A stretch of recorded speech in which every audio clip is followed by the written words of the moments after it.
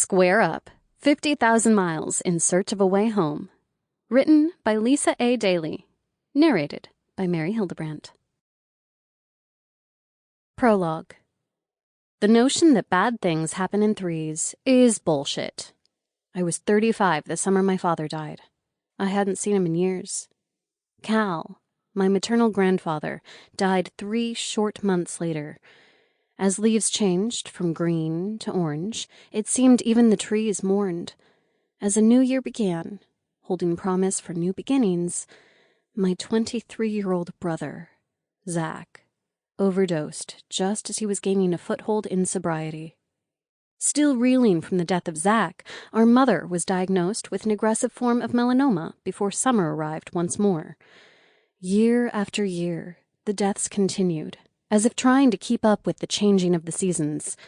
Fall, great-grandmother, old age. Winter, father-in-law, cancer. Spring, 16-year-old cousin. Suicide. The cycle of death concluded with my mother, days after I turned 40.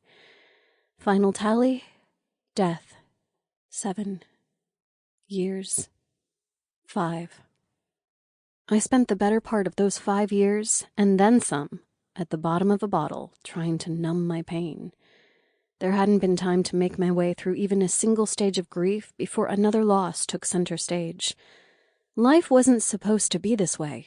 I wasn't supposed to live in a constant state of mourning and sorrow, always wondering who'd be next. But this had become my reality. With each death, the heartache compounded.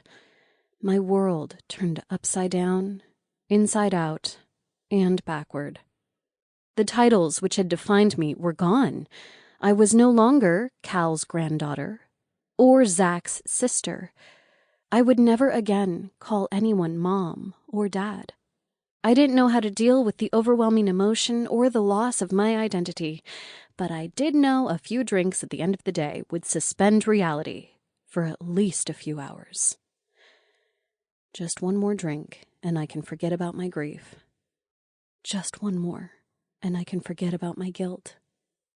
Just one more, and I can stop thinking about what I should have done. Just one more, and I can sleep tonight. I had turned into a woman quick to anger and fearful every time the phone rang, wondering what bad news was coming next. I wanted to strangle every person who told me things would get better with time. Minor difficulties brought on bouts of sadness and despair. I felt like I had no one to talk to, or maybe, more accurately, that no one would understand. I had always been the responsible one, the one whom friends and family, even my mother, would turn to for advice. I could think through problems in a logical manner, always able to suggest a solution, a way to work things out. But there was no way to work this out. There was only the downward spiral into blackness. I'd put on a pleasant face when I had to, since constant sadness was a social faux pas, but the fact was I didn't want to share. I didn't want to talk about it. I only longed to escape. I'd get up each morning and try to quell my hangover with coffee, at least enough to get my 2 boys, RJ and Tyler, out of bed and ready for the day, drop them at school, and go to work. But work was another source of feeling incompetent. I couldn't focus on anything other than the minutiae of a planned year-long adventure around the world, an adventure my husband and I had talked of often, but which had faded into the background. The trip became a beacon in the darkness, a lighthouse shining the way home, a safe harbor out of grief's troubled waters.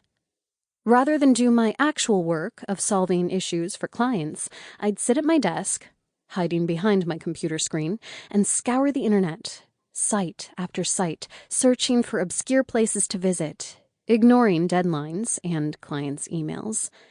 I'd work on a budget for a year-long trip and investigate volunteer opportunities where my husband, Ray, a dentist, could provide services as we traveled. I examined how I could educate my 2 teen boys on the road. I was seeking the hidden corners of the world where grief couldn't find me. I was going through the motions of life. Sample complete. Ready to continue?